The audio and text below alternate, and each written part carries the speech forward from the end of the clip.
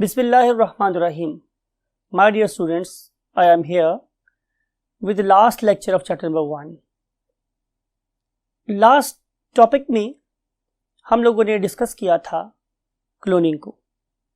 आइए हम क्लोनिंग को एक एनिमेशन से समझते हैं.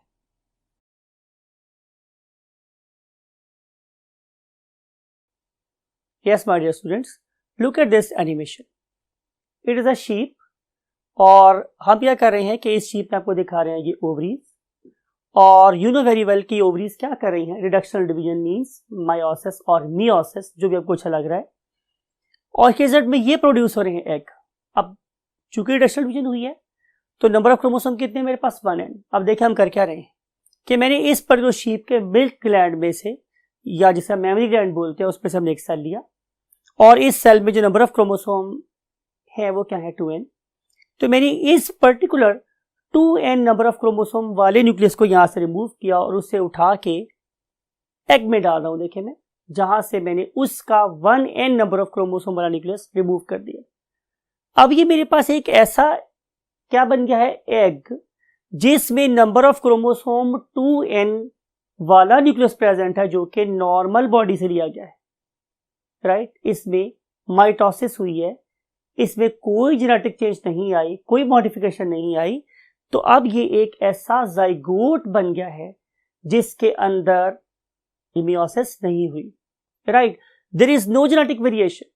जब कोई जेनेटिक वेरिएशन नहीं है तो इस पर्टिकुलर जाइगोट को देखिए अब क्या कर रहा है, बिल्कुल ये 2n number of chromosome obtain करते ही इट इज स्टार्टिंग डिवीजन, इसने डिवाइड करना शुरू कर दिया. देखिए पहले 2 सेल बने, फिर अब ये 4 सेल बन गए, और eventually after passing the time ये वाला zygote after placing in the वॉर्म ऑफ अनदर शीप किसमें ट्रांसफॉर्म हो रहा है, into another sheep.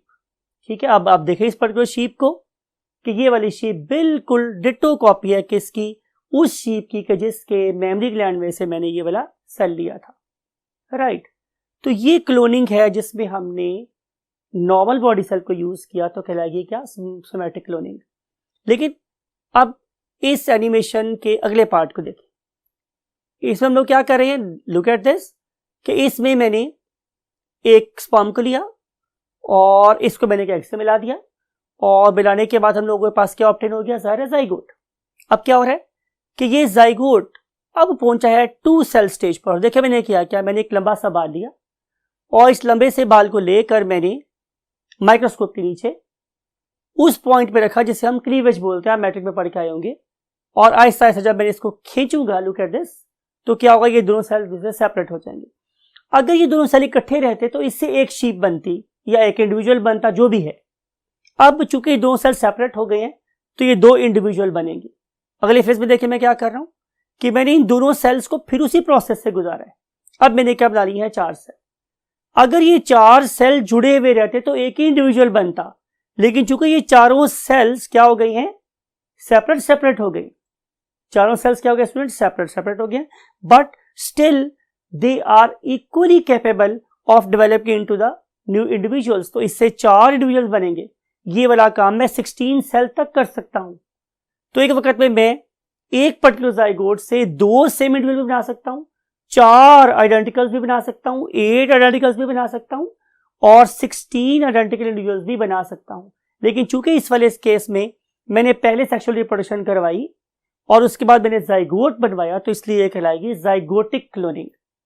Right, I hope after looking this animation you are pretty confident कि सोमैटिक क्लोनिंग में और जाइगोटिक क्लोनिंग में क्या फर्क होता है. Right, so let's move to the rest of the topic on white board.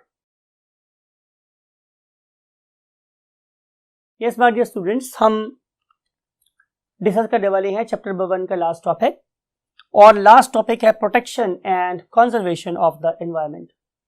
अगर आप लोग जो गुज़श्ता सेंचुरी गुजरी हमारे पास, मींस 1970s 1960s की बात करें, अगर लोग आप लोगों से बोलते थे व्हाट 20th सेंचुरी, आप लोग उस पर्टिकुलर 20th सेंचुरी को अगर देखें तो आप लोग उसे सेंचुरी ऑफ इंडस्ट्री कह सकते हैं, बिकॉज कि इस पर्टिकुलर दौर में इंडस्ट्रियल रेवोल्यूशन आई. राइट, बेतहाशा इंडस्ट्रीज लगी और ऐसे डिवाइसेस बने, ऐसी मशीनें बनी जिसने इंसान के लिविंग स्टैंडर्ड को ऑल टुगेदर चेंज कर दिया। नो डाउट एट ऑल कि उसने हमारे रहने सहने के तरीके को या हमारे स्टैंडर्ड को शायद आसमान की बुलंदी तक पहुंचा दिया। I really salute the contribution of industry for the evolution of humanity and sciences and technology. लेकिन इसका एक दूसरा पहलू भी था कि इस पर्टिकुलर इंडस्ट्री के रिजल्ट में बहुत ज्यादा क्या प्रोड्यूस हुआ, वेस्ट। हम डिटेल में नहीं जाना चाह रहे हैं। तो ये जो पर्टिकुलर वेस्ट मेरे पास आया स्टूडेंट्स, इस पर्टिकुलर वेस्ट की बहुत सारी टाइप्स है, इसलिए मैंने 2-3 लगा दी। It was basically affecting life. ये लाइफ को अफेक्ट कर रहा था। ये लाइफ मेरी एयर में भी हो सकती थी, ये लाइफ मेरी सॉइल में भी हो सकती थी, ये लाइफ फ्रेश वाटर में भी हो सकती थी, और ये लाइफ ओशंस में मीन मेरीन वाटर में भी हो सकती थी।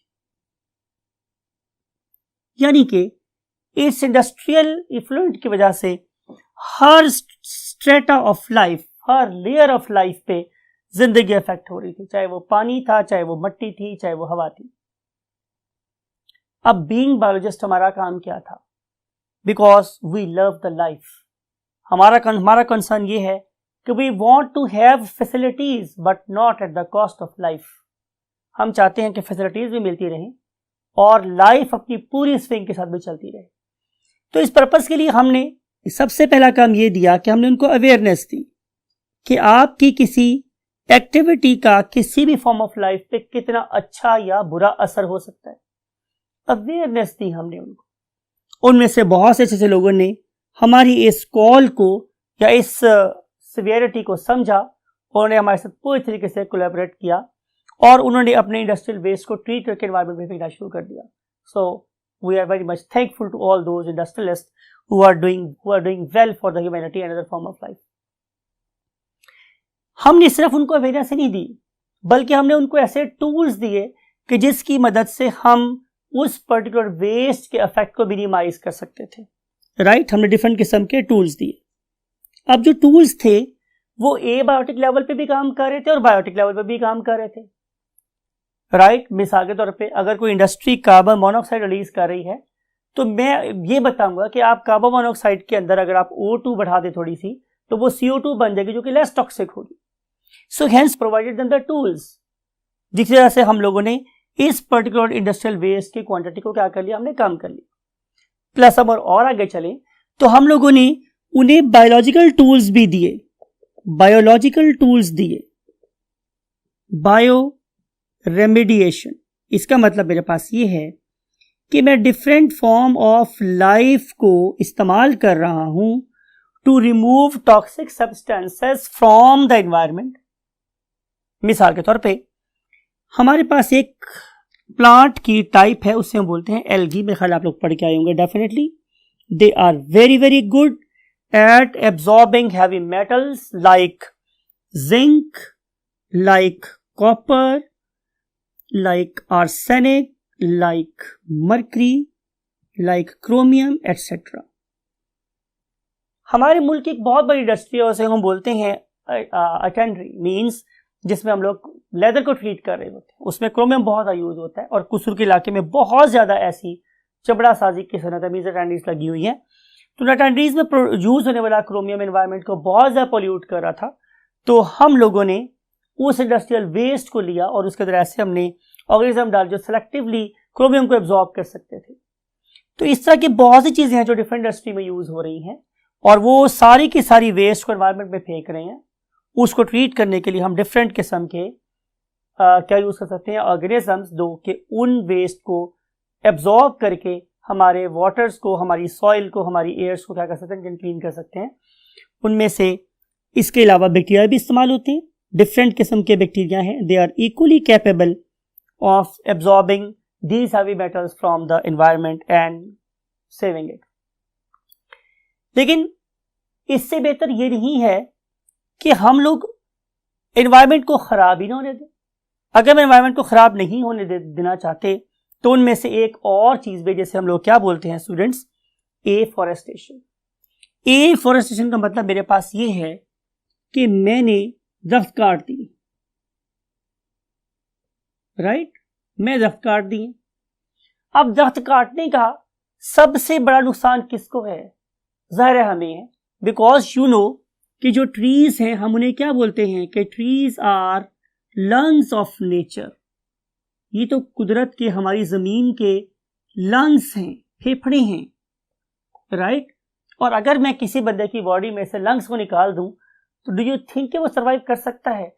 तो डेफिनेटली नॉट, पॉसिबल नहीं है कि मैं किसी बंदे के लंग्स निकालूं और वो बंदा सर्वाइव कर सकता हो। तो imagine how it is possible कि अगर मैं दुनिया में से सारे दरख्त निकाल दूं तो फिर हमारी जमीन जिंदा रह सकती है। परवीन अगर का मुझे बहुत सा शेर याद आ रहा है कि कल रात जो ईंधन के लिए कट के गिरा है, कल रात जो ईंधन के लिए कट के गिरा है, चिड़ियों को बड़ा प्यार था उस बूढ़े शजर से। यानी कि मैं जो कॉन्सेप्ट को देना चाह रहा हूं इस शेर के थ्रू वो ये है कि जब मैं एक दरख्त को काटता हूं तो मैं बहुत से एनिमल्स का नेचुरल हैबिटेट भी छीन लेता हूं, राइट। तो बहुत से जो पौधे और इस तरह की चीजें हैं वो बहुत से ऑर्गेनिज्म के रहने की जगह भी होती। जब इसकी मिसाल ऐसी कि मैं आपका घर छीन लूं तो आप लोगों को कितना बुरा लगेगा। तो same is the case with these organisms, जिन लोगों के वहां पे रहने की जगह होती है, जिनका फूड सोर्स, जब मैं उसको काटता हूं तो वो बहुत ज्यादा डिस्टर्ब होते हैं। मैं फिर दोबारा रिपीट कर रहा हूं परवीन सागर का शेर कि कल रात जो ईंधन के लिए कट के गिरा है, चिड़ियों को बड़ा प्यार था उस बूढ़े शजर से। तो होता ये है माय डियर स्टूडेंट्स कि इस तरह बहुत से ऐसे परिंदे, बहुत से ऐसी फॉर्म ऑफ लाइफ जो दरख्त से एसोसिएटेड थी, वो क्या हो जाएगी, ऐसा खत्म हो जाएगी। तो वो वाले ऑर्गेनिजम्स कि जिनका नंबर हैबिटेट के या किसी वजह से बहुत कम होता चला जा रहा है, उन्हें हम लोग बोलते हैं कि वो एंडेंजर्ड ऑर्गेनिज्म है, एंडेंजर्ड स्पीशीज हो रही हैं। यानी कि उनका नंबर दुनिया में इतना कम है कि शायद आहिस्ता आहिस्ता वो दुनिया में से खत्म हो रही हैं। और time will come, it may be half century और इवन अर्लियर देन इट, कि उनकी जो स्पीशीज है वो दुनिया से बिल्कुल खत्म हो जाएगी। और अगर किसी ऑर्गेनिज्म की स्पीशीज पूरी तरीके से खत्म हो जाए तो हम उसे बोलते हैं extinct species, extinct species, right. यानी कि वो वाले जानदार जो दुनिया में अब आपको बिल्कुल नजर नहीं आते, खत्म हो गए हैं, उनके दुनिया में दोबारा आने का कोई चांस नहीं है, कोई वे नहीं, उन्हें बोलते हैं extinct species. Best example is dinosaurs, right. तो एंडेंजर्ड क्या हैं, जो अब हैं हमारे पास, बहुत कम रह गई हैं, और टाइम विल कम जबकि वो बिल्कुल खत्म हो जाएंगी, राइट माय डियर स्टूडेंट्स। अब जहां तक आपकी बुक का लास्ट पेज है उसमें इन्होंने पाकिस्तान के बारे में, हमारे प्यारे मुल्क पाकिस्तान के बारे में लिखा हुआ है, और जो कुछ लिखा है सॉरी टू से वो कोई बहुत हौसला अफजा नहीं है। यानी कि आप लोग अपनी किसी भी लेयर को स्टडी कर लें, चाहे आप लोग अपने मेरीन वाटर को स्टडी कर लें, अपने फ्रेश वाटर में आप रिवर्स, कैनाल्स, डैम्स, डिचेस, किसी चीज को स्टडी कर लें, फुल ऑफ कंटेमिनेशन।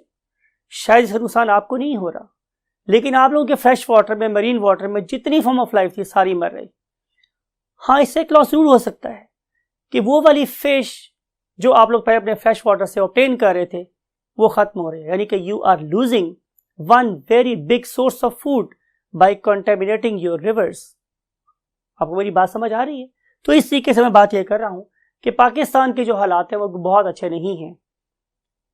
मैं ये भी कहना चाहता हूं कि शिकवा जुल्मत शब से तो कहीं बेहतर था, अपने हिस्से की शम्मा तो जलाते जाते। आप कोई दख्तिया लगा सकते हैं, आप अपने घर के पानी को किसी तरीके से ठीक करके एनवायरमेंट में फेंक सकते हैं, वो आप कम से कम कुछ नहीं कुछ तो लोगों को बता सकते हैं, गवर्नमेंट को बता सकते हैं कि कैसे हमारे इलाकों का पानी हमारे रिवर्स के अंदर कहाँ कहाँ शामिल हो रहा है, उनके बारे में रिपोर्ट कर सकते हैं।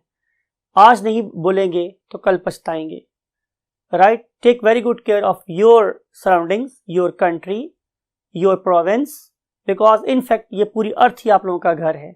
अगर आप इसे साफ रखेंगे तो आपके अंदर वाली नस्लें भी अच्छे तरीके से जिंदगी गुजारा करेंगी। So again take very good care of your self.